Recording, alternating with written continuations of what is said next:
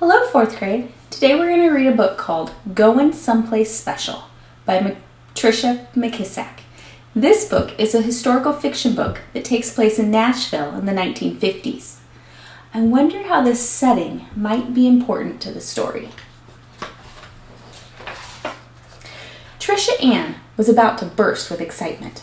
Crossing her fingers and closing her eyes, she blurted out her question. "Mama Frances, may I go to someplace special by myself today? Pretty please. I know where to get off the bus and what streets to take and all." Although it had another name, Tricia Ann always called it someplace special because it was her favorite spot in the whole world. "Please may I go? Pretty please with marshmallows on top?"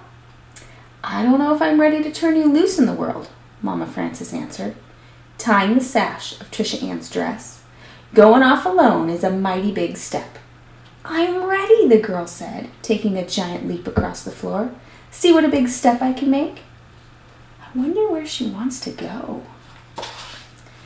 Mama Frances chuckled, all the time studying her granddaughter's face. "I trust you'll be particular and remember everything I've told you." I will, Tricia Ann said, real confident-like. Suddenly, her smile grew into a full grin. "So you're saying I can go?" "I reckon, but you best hurry on before I change my mind."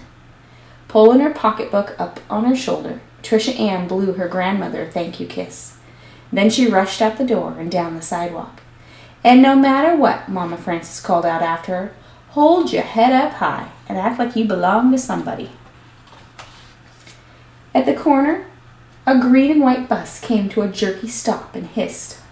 When the doors folded back, Tricia Ann bounded up the steps and dropped the fare, same as when Mama Frances was with her. The girl squared her shoulders, walked to the back, and took a seat behind the Jim Crow sign that said colored section. Now, if you're not familiar, Jim Crow were the rules that were used to segregate blacks and whites during the 1950s.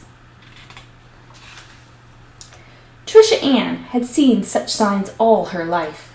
She recalled the first time she and Mama Frances had taken the bus ride, and her grandmother had told her, "Those signs can tell us where to sit, but they can't tell us what to think."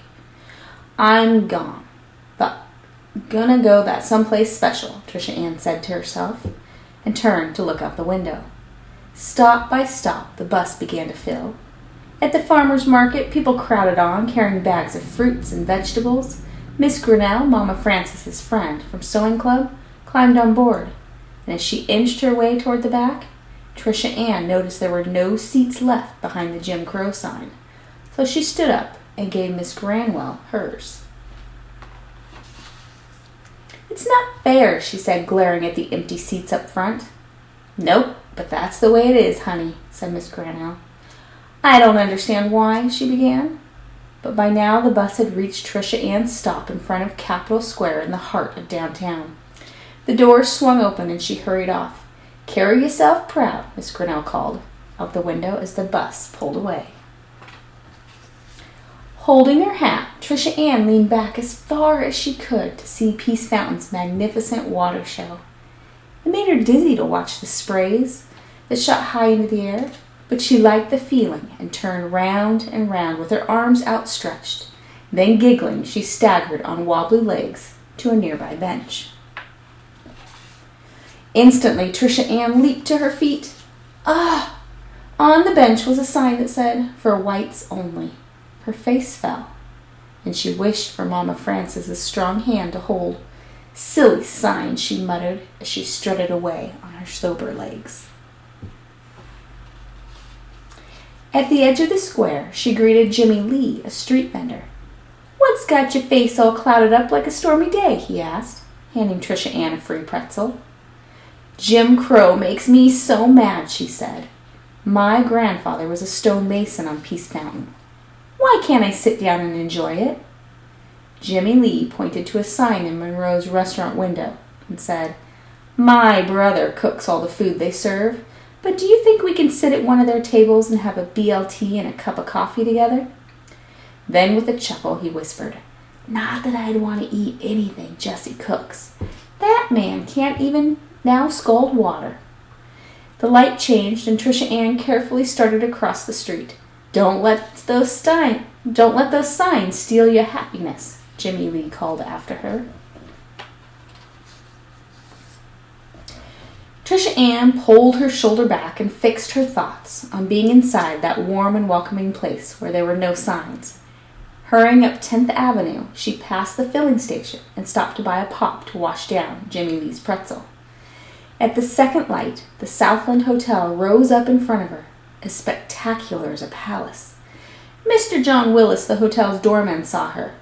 "I believe an angel just dawn slipped away from heaven," he said, smiling. Trisha Ann managed to smile back. "Mr. John Willis always says the nicest things." "No, sir, it's just me." "But your mouth is smiling, but your eyes aren't," he said. Why do you think her eyes aren't smiling? Just then a long white car with 2 police escorts pulled up in front of the hotel. A man with black shiny hair and shy eyes stepped out. Suddenly, people were everywhere screaming and begging for his autograph. Trisha Ann got caught up in the crowd and was swept inside. So often she'd wondered what it would feel like to walk on the royal red carpet that covered the double winding staircase, or to stand in the light of the chandelier that looked like a million diamonds strung together. Now there she was, smack in the middle of the Southland Hotel's grand lobby. What do you think's going to happen when someone notices that she's in the hotel? Somebody pointed at her. What is she doing in here? It seemed as if the whole world had stopped talking and stopped moving and was all staring at her. The manager pushed his way to the front of the crowd. "What makes you think you can come inside? No colored people are allowed." And he shooed the girl away with his arms. Trisha Ann backed out, shaking her head. I didn't mean," she said, trying hard not to cry. Hurrying past Mr. John Willis, Trisha Ann ran straight into the Mission Church ruins where Mama Frances often stopped to rest. There in the protection of the walled garden, the girl let her tears come. "Getting to someplace special isn't worth it," she sobbed. "I'm going home." "My flowers have been watered already," came a voice above her. It was Bloomin' Mary, an elderly woman who took care of the garden. With neither permission nor pay, everybody said she was addled, but Mama Frances didn't agree. "Bloomin' Mary is a kind and gentle soul," she told Trisha Ann. "You lost, child?" she asked. Trying to steady her voice, Trisha Ann answered, "No, ma'am. I just wish my grandmother was here to help me get to someplace special." "You can't get there by yourself?" "It's too hard. I need my grandmother." Bloomin' Mary nodded and thought on the matter. Then she said, "I believe your granny's here, just as my granny is here with me, even as I speak. Listen close. Tell me what you hear." All Trisha Ann heard was the distant buzz of a bumblebee. What was Bloomin' Mary talking about? But as she listened closer, she began to hear her grandmother's steady voice. "You are somebody, a human being. No better, no worse than anybody else in this world. Getting someplace special is not an easy route. But don't study on quitting, just keep walking straight ahead, and you'll make it." Trisha Ann recalled those words from many conversations they'd had in the quiet place.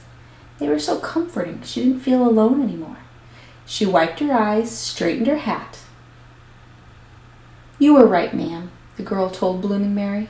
"Mama Frances is here, and she wouldn't want me to turn back." "So you aren't lost after all?" said Bloomin' Mary, giving Trisha Ann a bright orange zinnia. "No, ma'am, I'm not." And saying goodbye, she headed real determined, like on her way. 2 blocks later, Trisha Ann came to the Grand Music Palace, where a group had gathered for the matinee performance. As a girl approached, a little boy spoke to her. "Howdy, I'm Hickey. I'm 6 years old today. You coming in?" Before Trisha Ann could answer, an older girl grabbed his hand. "Hush, boy," she said, through clenched teeth. "Colored people can't come in the front door. They gotta go round back and sit in the buzzard's roost. Don't you know nothing?" his sister whispered harshly. Hickey looked at Trisha Ann with wide, wondering eyes. Are you going to sit up there? In the last 3 rows of the balcony? Why, I wouldn't sit up there even if watermelon bloomed in January. Besides, I'm going to someplace very, very special, she answered. And then Trisha Ann skipped away. I want to go where she's going, she heard Hickey say as his sister pulled him through the door. At the corner, Trisha Ann saw a building rising above all that surrounded it, looking proud in the summer sun. It was much more than bricks and stone. It was an idea. Mama Frances called it a doorway to freedom. When she looked at it, she didn't feel angry or hurt or embarrassed. At last, she whispered, I've made it to someplace special. What do you think's so special about this building? That she's been trying all day to get to it. Before bounding up the steps and through the front door, Trisha Ann stopped to look at the message chiseled in stone across the front facing. Public Library. All are welcome. Boys and girls, that's the end of our story. Trisha Ann finally did make it to that special place. If you weren't aware, Trisha Ann is Patricia McKissack. She wrote this story about an event in her own life. I hope you enjoyed the story.